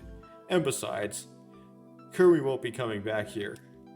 Which means Izumi-san and I will be here all alone the whole time. Makoto-kun? Yes. Her expression only shows concern. For all this time, ever since that incident, Izumi-san had a dark, depressed look on her face. What is it? Makoto-kun? She sounds grave, as if she's speaking straight from her heart. Stay calm and listen to me. Ever since then, I've been thinking about it. She had a dream, right? Then? Yes, that's right, all this time since that card game. And then I thought of it. Somehow I feel I understand it. The premonitions. What? Makoto-kun, your premonitions are surely... Wait a minute. Izumi-san, that's enough of that. That's enough? I've had enough with these premonitions. I decided not to worry about them and stop believing them. What? I'm done thinking about foolish things like premonitions. No one knows the future. Even if I received 100 correct premonitions up until now, there's no telling if the next one will actually be correct. Isn't that right? What's important is now, the very moment before our eyes. At this very moment, I'm with Izumi-san. You're wrong, Makoto-kun. That's not what I said. That's enough. Those things have nothing to do with me anymore. But I'm serious. I'm serious, Izumi-san. Please, stop it. Stop talking about premonitions. Silence continues. Izumi-san hangs her head downwards, apparently still worrying about something. Izumi-san's expression causes my chest to tighten. Come on, let's talk about something else. Let's talk about something interesting. Like, for example... Oh, I know. How about we talk about stars? But that's related, though. Stars? Yeah, after all, you seem to know a whole lot about stars. Tell me the names of more stars I don't know, and stuff about Regulus and Pinocchion. It's not Pinocchion. It's Procyon. Izumi-san says that, a faint smile appears on her face. When I see that expression, I become more determined and continue to talk. Oh, right. It's Procyon, not Pinocchion. Well, either one's fine. That's good. That's no good at all. Definitely not. Procyon. There, I memorized it. So about Pinocchion. Procyon.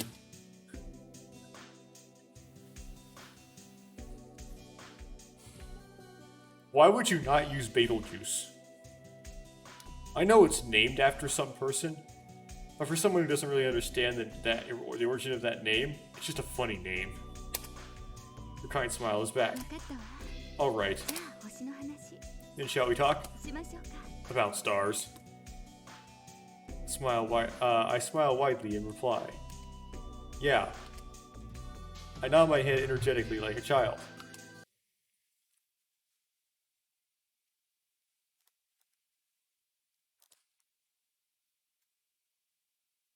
Okay. It says 027, but for some reason it's not dark. When we finished talking about the stars, it's already past 11. Zumi-san told me a variety of stories regarding them, from Greek mythology to black holes.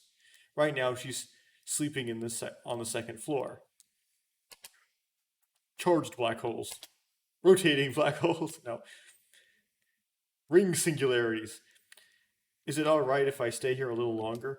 I asked Izumi-san this as I've decided to stay here. A little longer is a bit of an exaggeration. I plan to stay here all the way until dawn. Or an understatement, not an exaggeration, you mean? I sit down at one of the chairs at the counter and lie my head on the table. The shop is absolutely silent. Suddenly I hear a faint sound of someone hitting against the windows. Rain, huh? Oh, something, not somebody. Good. I look out the window. The vague image of white raindrops in the darkness, illuminated by the street lights, pops up. The rain.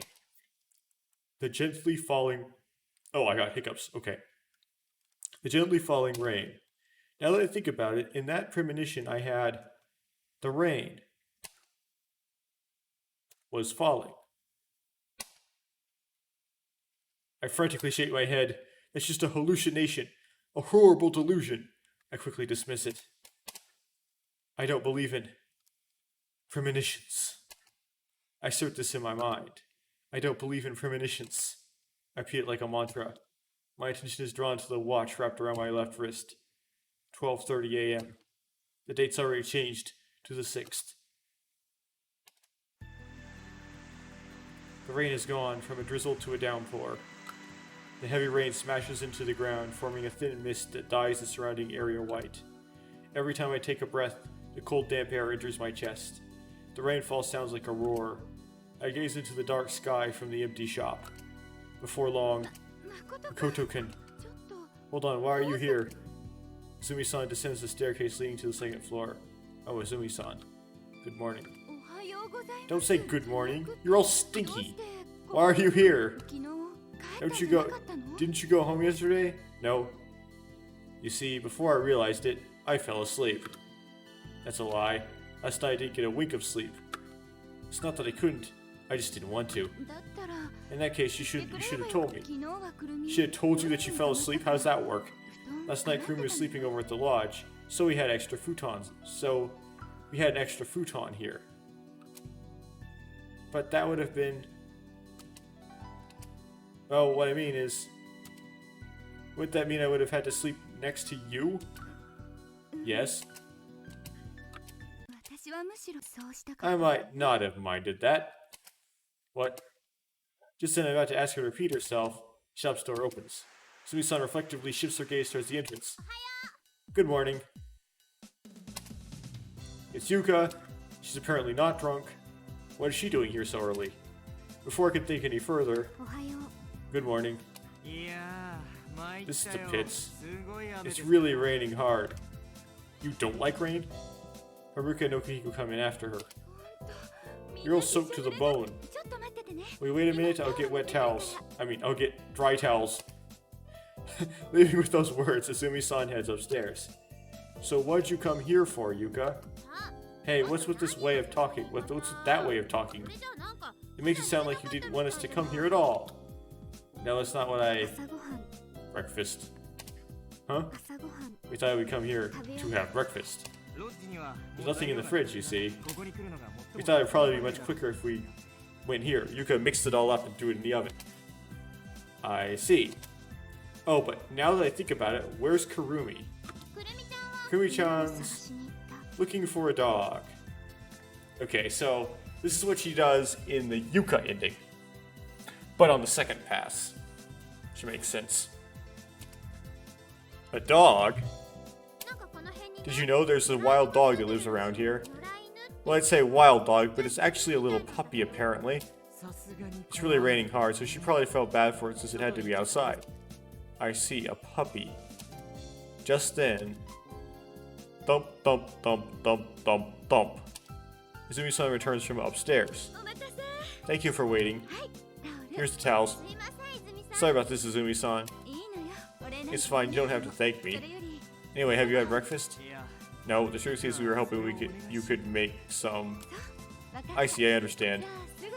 Then I'll get to making it right away. So will you sit here and wait? With that, Izumi-san promptly disappears into the kitchen. After eating breakfast, we relax and idly pass the time. Even so, there's no customers coming at all, huh? There's nothing that can be done about that. It's still too early. Besides, with this rain, I'm feeling kinda melancholic. I'm feeling Seattle. Ever since I was little, I hated rain. It just suspends all my outings and athletic meets. I like rain. Because I'm a jellyfish. Wow, it's rare to like rain, Haruka-kan. No, it's not. It's white noise. It helps you sleep. Is it strange? Then it makes the weeds grow. No, it's not strange, but I like rain too. Huh? You too? Yes. It's a bit troublesome that no customers are coming, but I really love rainy days. I'll sit down by the window and read a book or go driving without a destination in mind. Driving? Yes, driving on rainy days. Driving on rainy days in the middle of the night. Yeah, that works great until you get to those roads where they don't have the zerts bumps. They don't have the reflectors. Then the rain will create its own reflection on top of reflective layer or sheet on top of the paint striping, so you can't see where the lanes are. Ugh, not fun. I'll turn off the car radio and I'll strain my eyes in the darkness to hear the sound of the cold rain falling and let it gently echo into my body. Sound of the tires turning against the water on the road. The sound of the rain striking against the car's hood. The sound of the rain, a world wrapped up only in the sound of rain. When I hear all of that, for some reason it's very calming to my heart. Crunch. It's as if my own body becomes a transparent drop of water. I feel like I understand that. You're right, when you put it that way, then I guess rainy days aren't all that bad. Oh, I know. And then you don't have to wash the car. If it rains hard enough. If it rains just kind of gently, then it makes the car look dirtier because it coagulates the dirt. Oh, I know. Suddenly Izumi-san stands up. This is a good time, so why don't we all go on a drive together? What? At any rate, it doesn't seem like many customers will be coming today, so we'll just temporarily close down the shop, okay? Izumi-san pulls her car key out of her pocket. What are you saying, Izumi-san? The battery's dead. The car, it shouldn't be working, right? Shouldn't be working? Yes, now that you mentioned it, that's true. How careless of me to forget. Izumi-san slips the key back into her pocket. At that time, something falls. It's the echo of a high-pitched metallic sound that I've heard before. A restless feeling creeps up on me as chills begin to spread down my spine. Impossible. Izumi-san bends over and picks up what she dropped to her feet. In her palm is the bell. There's no doubt about it. It's definitely that bell. The bell I saw in my dream. The bell that should have sunk under the ocean on the night of the 1st. What's it doing here? Izumi-san? That bell? Oh, this? Kurumi gave this to me. Kurumi did? I tied it to that key, but I guess it got undone. When did you get it? It was the night of the 4th. Kurumi said she picked it up at Princess Beach. Princess Beach. Now that I think about it, on the morning of the 4th, Kurumi and I went to Princess Beach. At that time, when she caught crabs at the rock wall, Kurumi said this. Kurumi just picked up something a little interesting. Right, she does say this. It was that bell. Impossible. Why? Why? Why, Izumi-san, of all people? Koda-kun, what's wrong? Your face is scary. Please let me have that bell for a bit. Let you have it? I don't really mind, but what are you going to do with it? It's fine. Just give it to me. Quickly. Hey Ishihara, is that how you ask someone a favor? Shut up. Just shut up. I no longer have any time to act calmly. Izumi-san nervously stretches out her palm out, frightened by my angry voice. I quickly snatch the bell from her palm, and with all my might, I throw it to the ground. Clang. Huh? Ishihara? Hold on, what are you doing, Mikoto? The bell rolls on the floor. Even though I threw it that hard, it's still in its original form. Not even a single scratch on it. At this rate, I'll have to do it again and again. Quickly walk over where the bell lays. However, Sumi-san stands in my way. Why? Sumi-san slowly picks up the bell. Why'd you do that? She grips the bell in her hand tightly. It's fine. Let me have it. No. Can we wait till all this trouble giving this to me? You need to properly explain yourself or I can't understand. There's no time to explain it. Just give it to me. My irritation has reached its limit. Kodo-kun? Fine, then I'll explain it. If you have that bell, if you have it, then you might die.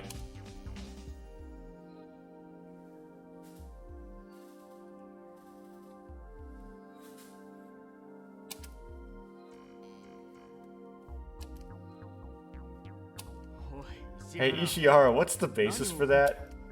Premonition. Premonition. Yeah, that's right. Say what you like, but it was definitely a premonition. I admit that even I was rather dubious. Up until now, I thought it would be fine if I tried not to believe it, but this is my limit. That bell is above all proof. This bell? I saw it. Izumi-san, I saw you collapsed in the rain, and in your palm was this bell? I slowly nod. Hey Ishihara, why don't you just cut the crap? In the first place, stuff like premonitions don't. Okuhiko-kun. For some reason, Izumi-san suddenly interrupts Okuhiko. That's enough. What? Why don't we just end it already? End it. But the plan was to end it exactly at midnight. It's fine. That's enough. That's enough. If things were going to turn out this way, then we shouldn't have done this from the beginning. We shouldn't have done this. This? My heart starts trembling. Sweat is running down. Damp sweat is running down my palms. Izumi-san, what do you mean? What do you mean by we shouldn't have done this? Koda-kun, I'm so sorry. It's not something I can ever apologize for. But I never thought that things would turn out this way. Izumi-san hangs her head down in defeat. Yuka and Haruka seems to be just as clueless as I am. They both look horribly confused. Only Okuhiko is smiling, a daring smirk rising to his face. Can't be helped, huh? Then allow me to reveal all of the tricks. Allow me to cut to the chase. Ishihara, you've been deceived by us. Deceived? Me? Yeah, that's right. But don't misunderstand us. It's not like we were doing any of it to ridicule you, Ishihara. We're forced to do it for a logical goal. None of this makes any sense to me. Despite that, those words make my legs grow weak to the point where I feel like I'm going to collapse. Well, that was rather out of the blue. You don't have an inkling of what's what, right? Oh well, I better start explaining it to you step by step. First, I'll tell you about how we did specific stuff. I'm making this up as I go along. Ishihara, you see, we're just pretending as if all your premonitions turned out to be really true. By doing that, we made yourself firmly believe that you had bright precognition, that is the power to receive premonitions. But if we'd gone overboard with praising... Well, how'd you know what his premonitions were? But if we had gone overboard with praising you for saying stuff like, you're amazing, you're incredible, it wouldn't have been convincing. In order to make the story possess a sense of reality, we needed someone who would always unsparingly deny your premonitions no matter what. In other words, that was you, Okuhiko. Bingo. Since when? Since when, you ask? Isn't it obvious the whole time? Is it the whole time, ever since seminar camp began? In the first place, the goal of the seminar camp has been to deceive Ishihara. You're lying. I'm not lying. For example, let's take the time when you said making paella will be impossible because there's no rice. Izumi-san just pretended that there was no rice left. Then, when you said the car's battery is dead, we can't drive, Izumi-san purposely pulled the key back right when she turned it in the ignition so that it would sound like the car wasn't working, pretending the battery really was dead. Good luck getting Izumi to go along with this, Okuhiko. And remember when you asked, aren't we having meat and potatoes for tonight? I quickly ran out to buy the ingredients and Izumi-san swiftly made the food. Except it had to be something with onions in it, so no. Long story short, the futures that you predicted were merely forced to become so by us cooperating to manipulate you. So it's only natural that there's no way that event where Izumi-san dies will happen. I'm so sorry, Makoto-kun. Sorry?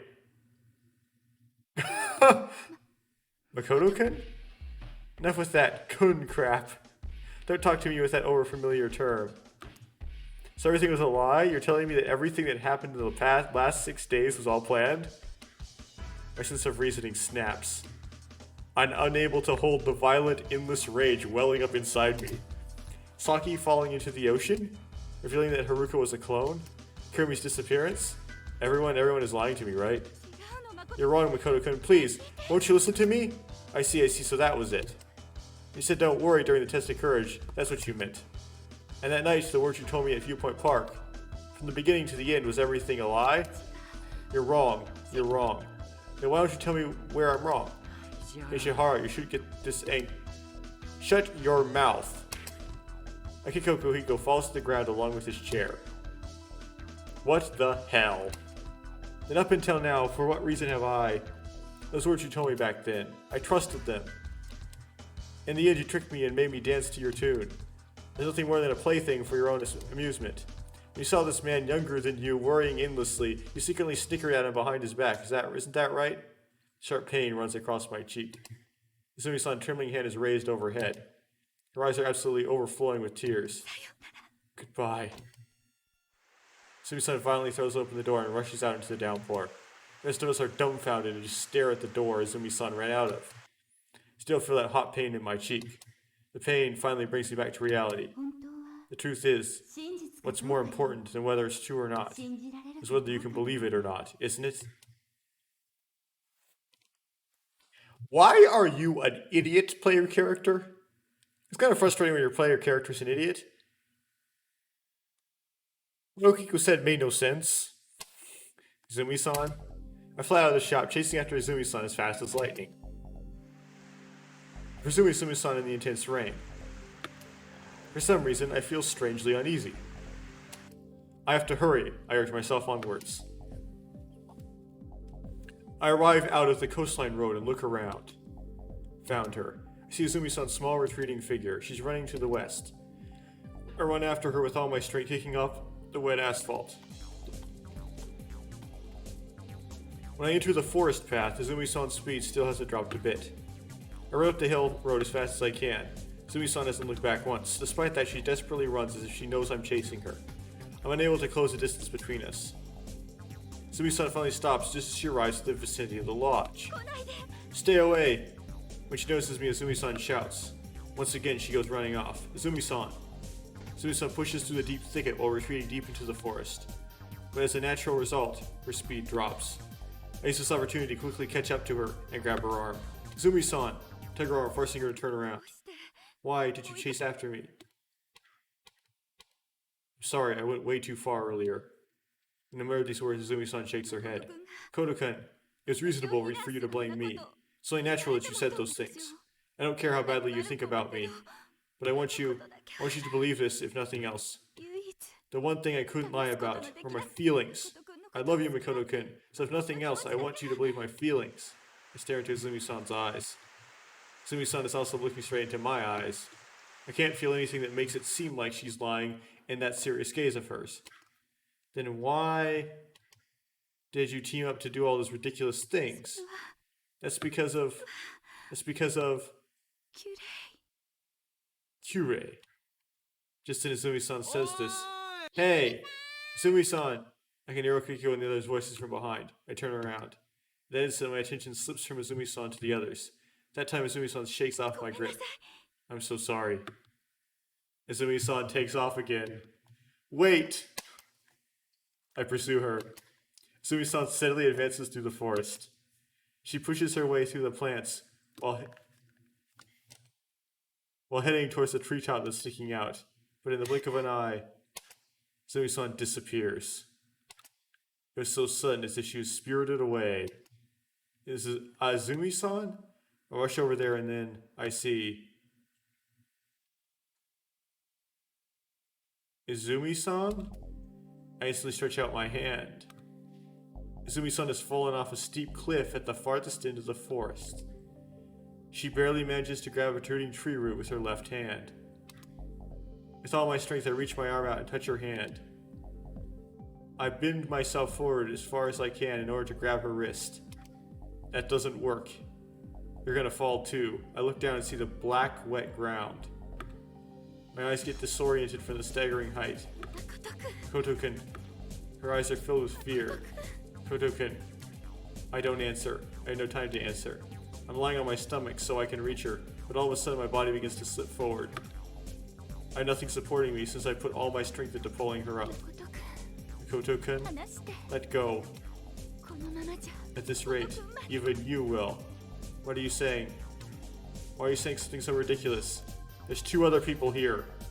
They can help. I'm gripping her with my wrist as tightly as possible. I grind my molars so hard that it feels like they could break. I'm reaching my limit. This is why you should always have, just in case, a mouth guard. Azumi-san's arm begins to rapidly lose strength.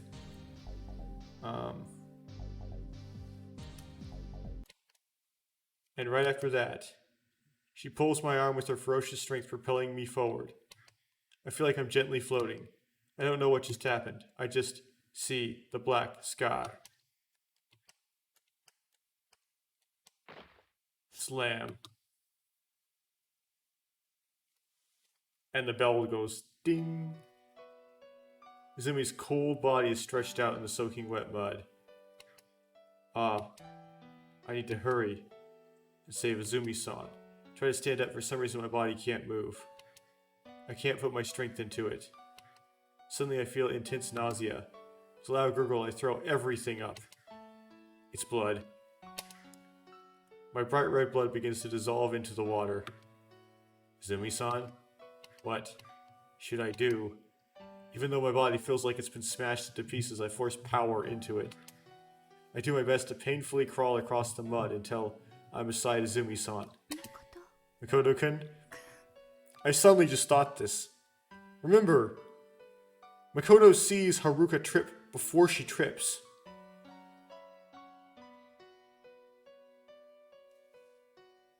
How would you explain that in any of the ways the game's tried to explain it so far? I hear a small faint voice come from her mouth. I wanted to see the stars with you just one more time.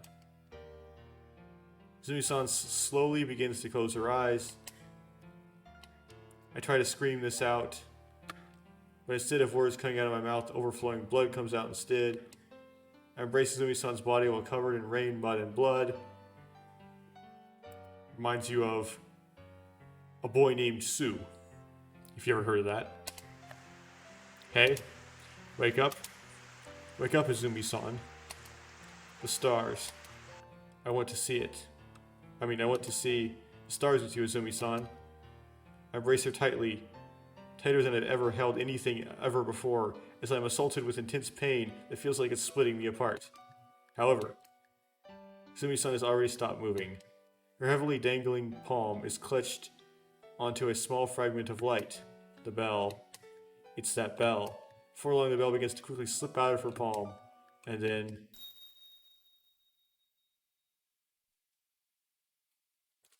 Yeah, notice this palm's indiscriminateness. Every girl's palm looks the same.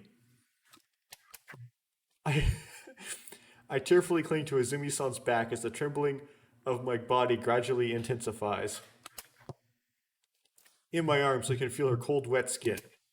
Looking at her ghastly pale, almost transparent cheeks, I feel like she might shatter into 1,000 pieces if I touched her cheek.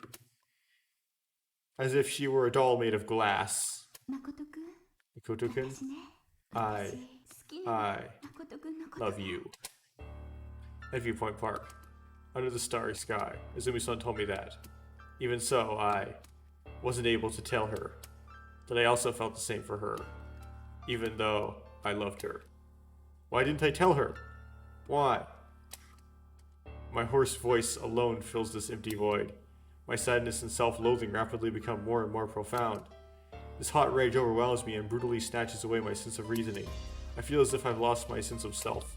In the middle of the pelting rain, I soon lose consciousness. Izumi loop.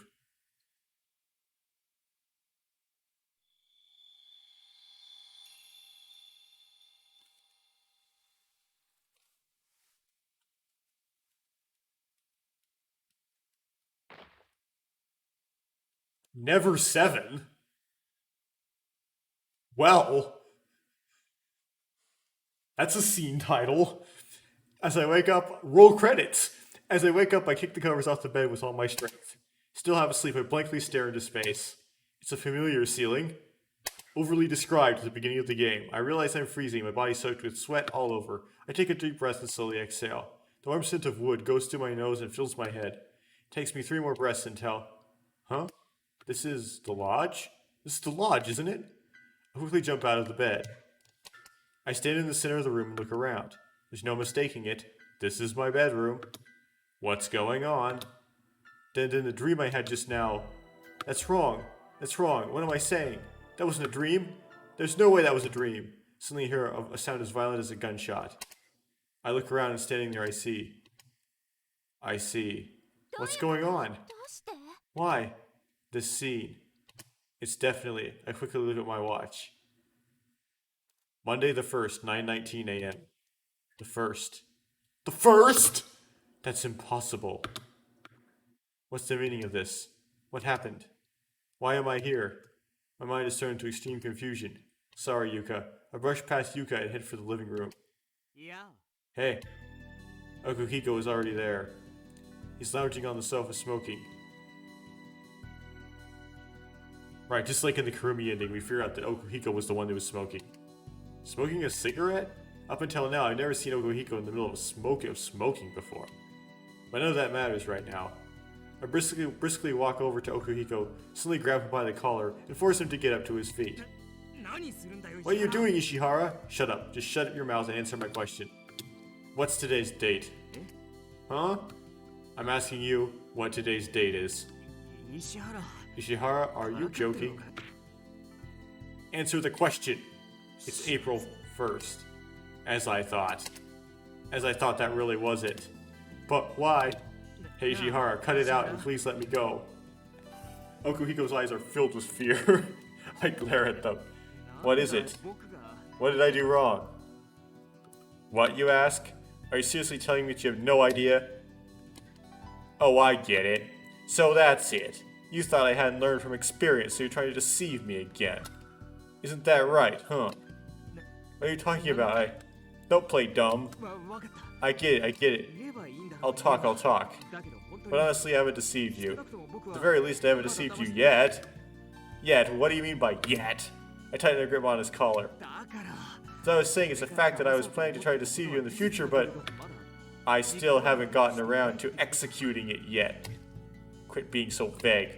I don't understand you at all. I don't understand either. In the first place, how would you know about it? He's planning on still playing dumb this late into the game. My units feel like they're boiling with rage. Well, whatever. Talking to him is just a waste of time. More importantly, right now, I thrust Okuhiko away and rush out the front door with the swiftness of a gale. I decide on my destination. Obviously, it's Luna Beach. First, I got to confirm Izumi-san's safety. Okay, so time to save the game.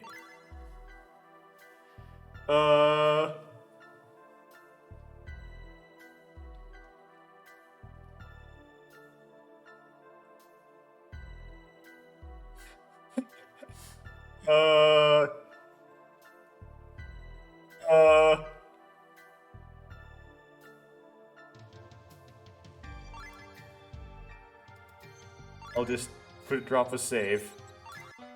Okay. Let's look at the progress. So, no new endings, of course. I haven't hit an ending yet. Gotta check to see the save file made it. Yep, okay.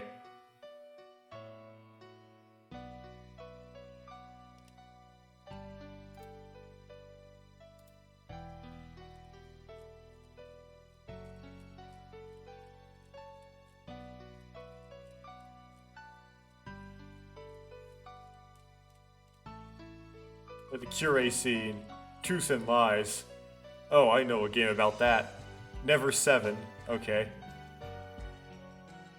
Yuka Cure 1, First Infinity.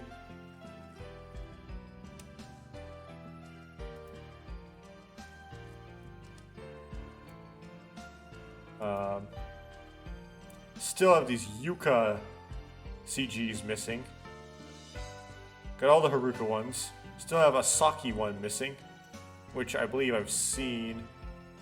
Oh, this is also probably a Saki one. So a set of 2 and 1 here missing.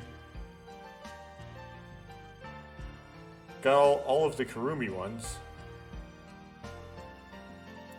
Not all of the Izumi ones yet.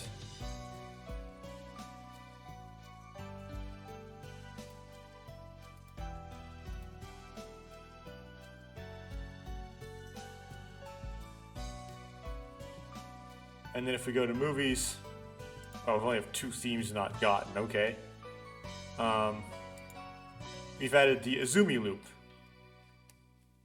So 4 left, but we've gotten all the loops. Okay, I'll stop recording here and think about this ridiculous inconsistentness and come back to it later.